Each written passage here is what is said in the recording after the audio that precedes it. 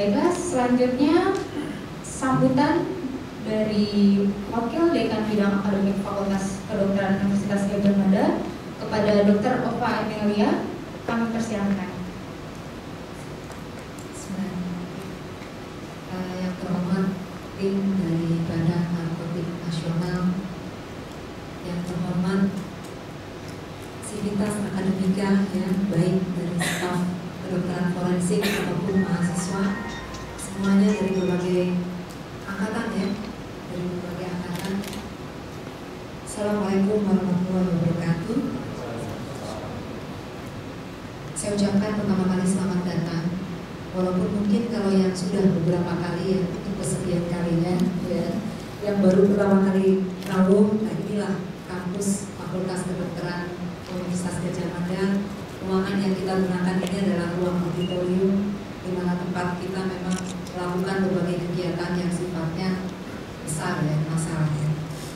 Kami sangat menyambut baik sekali, jadi atas inisiatif untuk dilakukannya kegiatan yang merupakan kegiatan lanjutannya.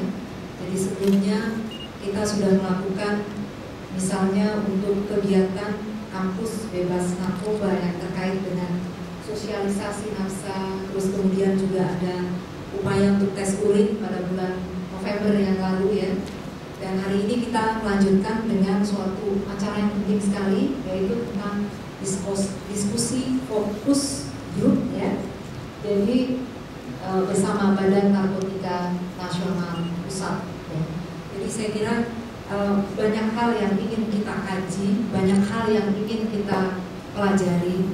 Jadi bagaimanapun mahasiswa ini merupakan satu modal untuk generasi penerus yang sangat penting, dan kedekatan dengan mereka, aktivitas yang berkaitan dengan pemberantasan nafsa ini memang harus dimulai dari generasi yang akan datang. Oleh karena itu mungkin ke depan kami sendiri juga sangat memperhatikan tentang hal ini. Jadi artinya misalnya untuk hal yang sifatnya tes urin. Terima kasih kepada Dr. Ova Emilia atas sambutannya. Selanjutnya kita langsung saja menginjak acara inti, yaitu penyampaian materi oleh yang terhormat Bapak Yape Manafe selaku Deputi Pencegahan BNN. Kemudian dilanjutkan diskusi yang akan dipimpin oleh Saudara Jimmy Dihartanadi selaku moderator. Kepada moderator kami silakan. Terima kasih kepada pembawa acara. Ini kita kedatangan ada tamu 3 dari Badan Narkotika Nasional, ya, dari Bapak Budi Harso yang ada di sebelah kirinya Dr. Ova, itu selaku Kepala BNN DIY. Sedangkan di bagian tengah ini ada Bapak Yape Manafe, itu selaku Deputi Pencegahan BNN Pusat. Dan di sebelah kanan saya ini ada Bapak Gun Ziswadi selaku Direktur Diseminasi Informasi di Badan Narkotika Nasional. Seperti yang disampaikan oleh pembawa acara sebelumnya, mungkin kita sebelum berlanjut ke diskusi, mungkin dari Bapak Yapi selaku Deputi Pencegahan BNN mungkin ada sekedar perkenalan kepada kami terkait dengan masalah narkotika atau masalah bagaimana permasalahan yang kita hadapi sekarang ini, sehingga mungkin ada hal-hal yang perlu kami perhatikan selaku mahasiswa di sini. Kepada Bapak Yapi, mungkin waktu dan tempat kami persilakan. Terima kasih moderator. Assalamualaikum warahmatullahi wabarakatuh. Selamat siang menjelang sore bagi kita, salam sejahtera bagi kita semua. Yang kami hormati Dr. Ova Emilia, Wakil Dekan 1 Fakultas Kedokteran UGM, yang kami hormati dan kami sayangi teman-teman mahasiswa. Pertama-tama kami ingin menyampaikan terima kasih atas kesediaan menerima kami dari BNN. Kami sebenarnya hari ini berkunjung, ada pertemuan dengan Bapak Wakil Gubernur DIY berkaitan dengan rencana pergelaran kesenian nanti hari Minggu malam di Benteng Brandenburg. Beliau akan membuka acara itu. Kami juga mengundang adik sekalian juga kalau bisa ikut hadir. Nanti ada acara ketoprak humor di silakan kalau mau hadir, silakan bisa hadir. Lalu ada gratis. Lalu ada entertain ya, kiat-kiat untuk menghindari narkoba, tapi divisualkan dalam bentuk permainan sulap yang akan disampaikan oleh Direktur Advokasi dari Badan Narkotika Nasional, yakni Brigjen Dr. Victor Pujiadi. Beliau juga dokter juga. Ya. Jadi silakan kalau mau datang, tapi kami sangat mengharapkan teman-teman adik-adik semua bisa datang untuk menonton.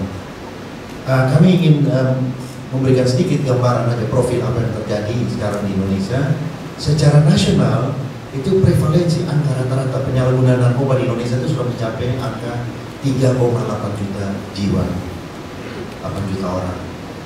Dari tingkat rating provinsi penyalahgunaan narkoba tahun lalu Jogja itu nomor 2, tapi karena ada upaya-upaya pencegahan, kerjasama dengan dukungan Pak Wagub, Bapak Gubernur, beserta aparatnya, Polda, hasil riset tahun 2011 menunjukkan bahwa Jogja sudah turun menjadi nomor 5. Tapi nomor 5 dari 3,8 juta ya, itu masih sekitar ya 100.000 lebih lah. Tapi kami juga yakin ya,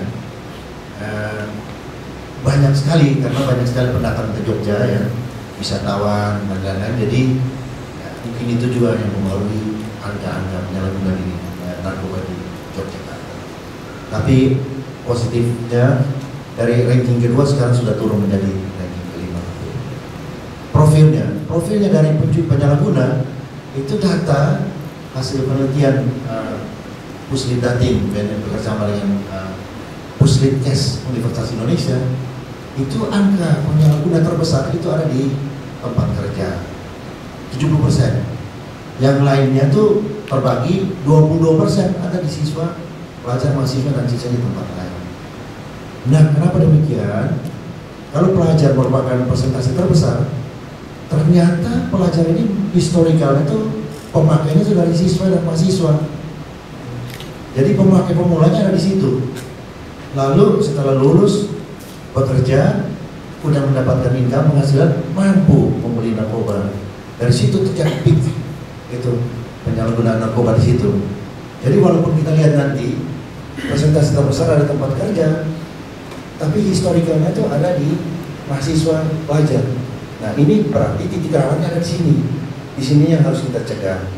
Tadi Ibu Wakil Dekan sudah menyampaikan, ke depan kita ingin supaya para mahasiswa bisa menjadi generasi penerus untuk pembangunan nasional ke depan. Kalau mau jadi generasi penerus, tentu harus sehat.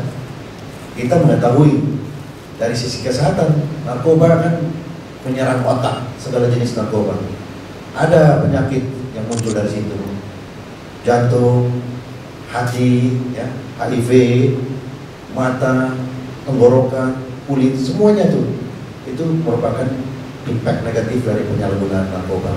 Tapi yang lebih dari itu, narkoba juga itu menciptakan kejahatan ikutan. Kejahatan ikutan yang kota pelajar.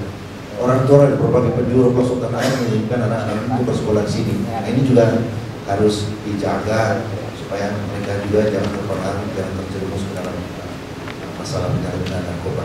Nah, ini sebagai editor dari kami, kita relax aja, kita tidak rapat, kita diskusi, kita sharing informasi.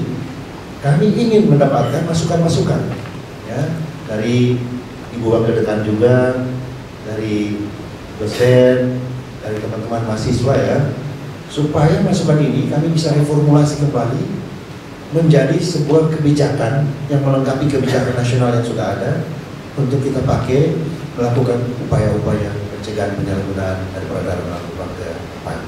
Mungkin ini sekedar penonton dari kami, teman dari kepala daerah.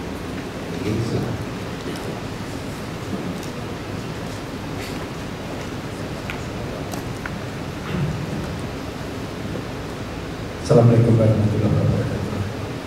Terima kasih Bapak Deputi Dekan, teman-teman mahasiswa. Ini kami sudah hadir di Fakultas Kedokteran Informasi sudah tidak salah seperti. Kemudian selain itu saya juga dididik sama teman-teman pada saat ujian tesis, kemudian pengajuan proposal untuk penelitian juga diundang untuk pasca. Saya bertanya bagaimana tentang apa hal yang perlu diikuti. Nah, untuk siang ini tadi sudah disampaikan oleh Bapak Deputi Badan Narkotika Nasional bidang pencegahan. Kami ada di sini untuk mendapatkan masukan-masukan kepada para mahasiswa, dekan, dosen. Sebetulnya kenapa? Sebetulnya narkoba itu kan semua orang sudah tahu. Sama dengan rokok itu semua orang itu sudah tahu. Bahayanya juga sudah tahu. Bahkan bahayanya rokok itu aja itu sampai diiklankan. Dan kenapa? Atau juga masih banyak yang menggunakan.